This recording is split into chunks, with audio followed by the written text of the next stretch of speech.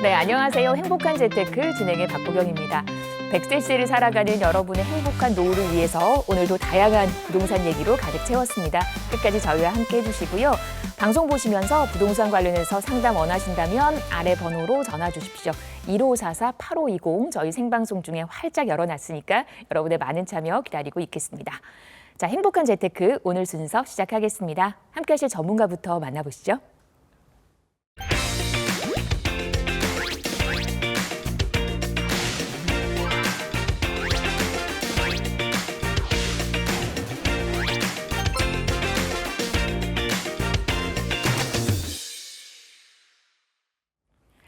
네, 저희 오늘은요 양팔석 전문가와 이 시간 함께 하겠습니다. 어서 오십시오. 네, 안녕하세요. 반갑습니다. 네, 이 선유자익이라는 말이 있죠. 이 수영 잘하는 사람이 물에 빠진다. 한비자에 나오는 글인데요.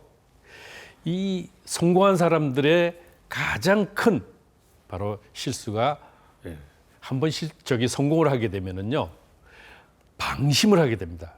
그렇게 되면서 돌이킬 수 없는 실수를 저지르게 되는데 수영의 초보자는요 늘 자기의 한계를 알기 때문에 조심하게 됩니다. 우리 성공을 꾸준히 유지하면서 그 성공을 지키는 방법 바로 행복한 재테크를 꾸준히 시청하시면서 무료 세미나니까 오셔가지고 공부하시고요.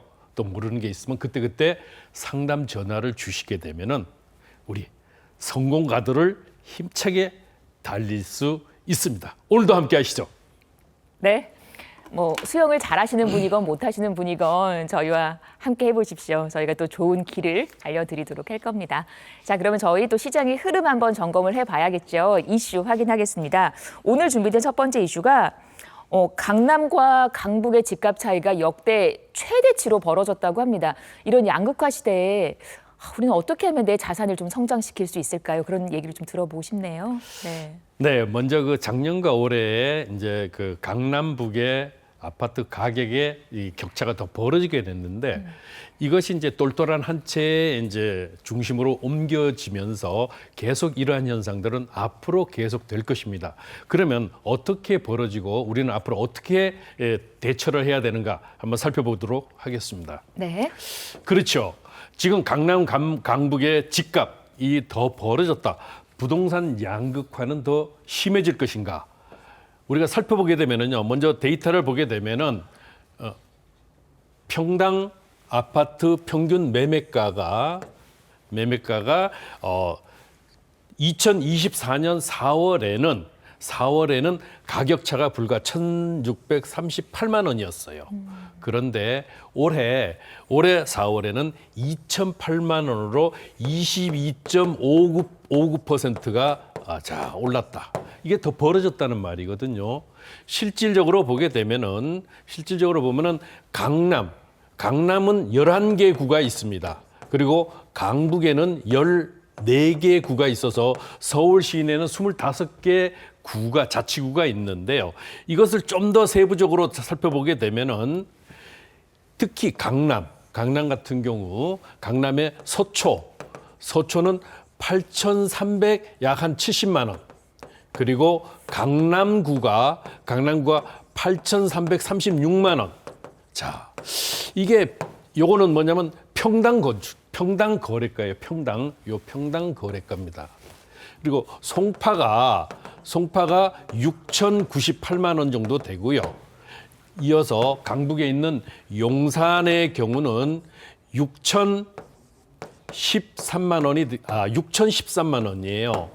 나머지 우리가 알고 있는 한강변의 대표적인 아파트들이 성동구가 있죠. 성동구 같은 경우는 4천 약 한 900만 원 정도. 그리고 광진과 마포가 4,500만 원 수준입니다. 이렇게 놓고 보면은 현재 강남과 이 강북의 가치가 얼마나 벌어지는지 또 한강변에 있는 대표 아파트 주자들을 보게 되면은 정말 이게 똘똘한 한 채 현상이 계속 심화되고 양극화가 진행이 된다. 이런 것들을 확인해 볼 수가 있습니다.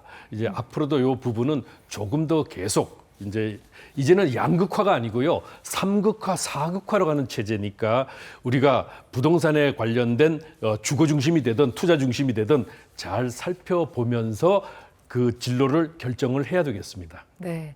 이런 와중에도 우리는 내 자산을 많이 좀 계속해서 불려가야겠죠. 저희가 좀 도움을 드리도록 할 거고요. 자, 계속해서 다음 이슈 보겠습니다. 이제 전세 계약하기 전에 그 집주인에 대해서 확인을 할 수 있다고 합니다. 이게 이제 전세 사기에 대한 트라우마를 좀 떨쳐낼 수 있을까?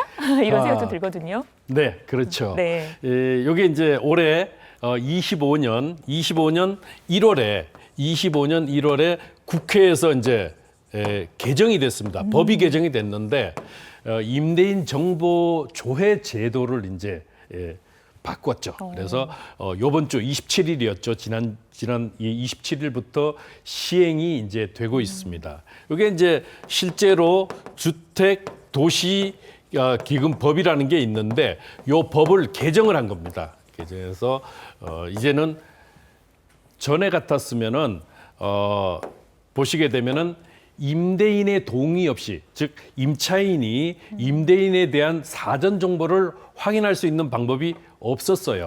그런데 실제로 임차인은 이미 입주 후에 임대인의 동의를 받아서 이제 정보 조회를 할 수가 있었는데 이제는 공인중개사 사무소에서 거기에 있는 확인 매물들을 확인하고 사전에 임대인에 대한 정보를 이제 조회가 가능하게 됐다. 이걸 조금 더 구체적으로 보게 되면은 보면 정보 조회의 내용을 보게 되면은 전세 보증 가입 주택의 보유 수가 과연 어떻게 되는지 이렇게 되면 이제 너무 과도하게 보유를 하고 있으면 조금 불안할 수도 있겠죠. 예.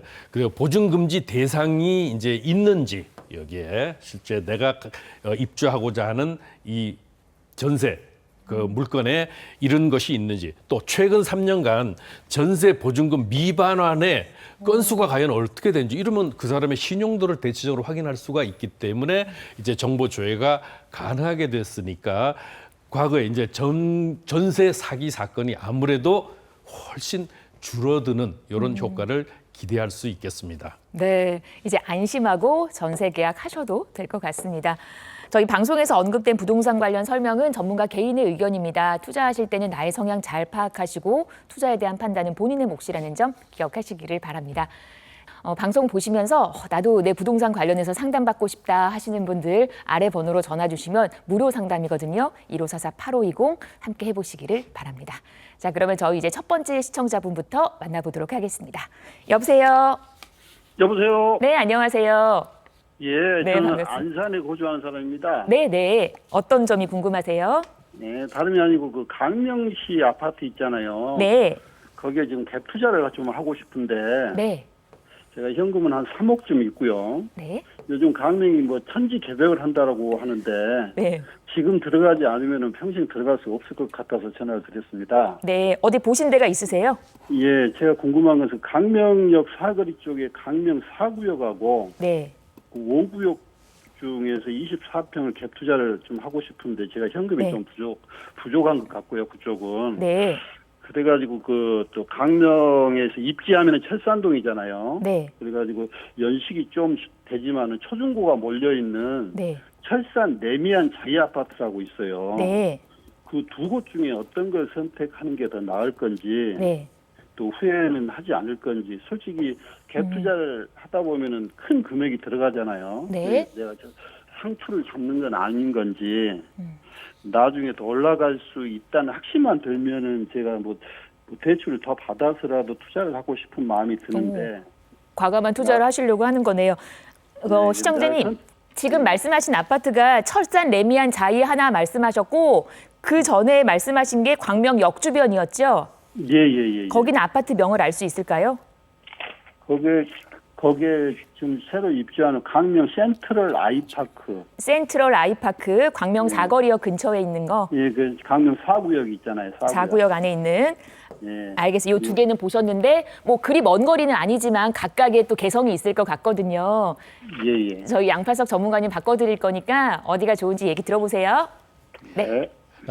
반갑습니다. 안녕하세요. 안녕하세요. 네, 전화 잘 주셨고요.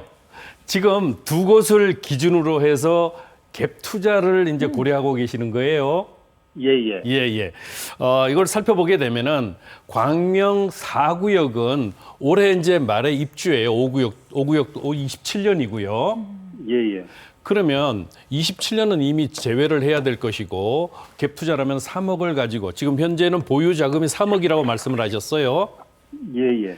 이 3억이고 현재 그 4구역을 바라본다. 또 하나 철산 레미안 자이 아파트 여기를 이제 둘 중에 어디가 좋은가 이것을 보고 싶은 것이죠. 알고 싶으신 거죠. 예, 근데 예. 중요한 거는 3억으로 갭 투자가 가능해요. 25평이 저는 힘들 것 같습니다. 힘드시겠죠? 예, 예. 그래서 먼저 고려하기 전에 좋고 나쁘고를 떠나서 이제 이쪽 지역 같은 경우 잘 아시다시피 광명 사거리역을 중심으로 해서 이 주변 지역들이 전부 다 뭐예요? 뉴타운이죠, 여기가. 광명 뉴타운 지역이고 4구역 올 말에 입주 예정이고 현재 광명 3구역 해지된 지역 같은 경우도 공공재개발 SH에서 지금 진행하고 있습니다. 또 11구역 같은 경우 이제 분양을 앞두고 있고요. 이미 1, 2구역 같은 경우는 이제 거의 입주를 작년 말에 했고 또 입주를 두고 있고 이런 과정이기 때문에 여기 같은 경우는 이제 여기는 뭐예요? 재개발 방식이에요. 조금 다르죠.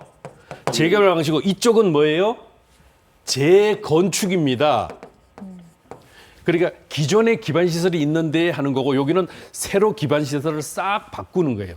바로 광명 사거리역을 중심으로 해서 진행을 하고 있고 여기는 지도에서 보시게 되면 보이시나요? 예, 예. 지도에서 보면은 전철역이 조금 떨어져 있죠. 네네. 예, 상대적으로 떨어져 있고 여기 같은 경우는 제일 물론 이 전통시장이 이 가운데 있는데 이것이 이제 어떻게 보면 쾌적함을 조금 떨어뜨리는 근거가 되기도 하지만은 현재의 어떤 입지적인 것으로 보면은 철산 레미안 같은 경우 제가 볼 때는 여기가 조금 더 나아요, 입지가. 근데 문제는 입지가 좋고 나쁜 것을 떠나서 3억으로 지금 투자할 수 있는 게 안 되거든요. 그리고 실제로 한다고 하면은 지금 24 내지 25평 같은 경우를 보게 되면은 약 한 4억에서 5억 사이가 있어야 돼요. 현재 아파트 값이 지금 상당히 움직이고 있고 거기에 따라서 전세가도 이제 오르긴 하지만은 이렇게 신축 아파트들 같은 경우는 어떻게 돼요? 일반적으로 전세가가 눌림 현상 때문에 한꺼번에 터지니까 눌림 현상이 생겨서 상대적으로 매매가에 비해서 전세가가 낮거든요. 이렇게 되니까 사전에 전략을 좀 세우셔가지고 별도로 상담 전화를 주셔요. 그래서 전략을 어떻게 세우는가 요거에 대한 팁을 좀 드리도록 할 테니까 한번 전화를 별도로 주시는 걸로 하시는 게 좋겠습니다. 네, 감사합니다. 예, 네. 예, 예. 네, 네. 조금 이제 금액적인 부담이 있을 수 있을 것 같습니다만은 지역에 대한 얘기를 들었을 때는 또 각각의 또 그런 또 특징들이 있습니다. 좀 더 이렇게 신중하게 투자를 하셔야 될 것 같아요.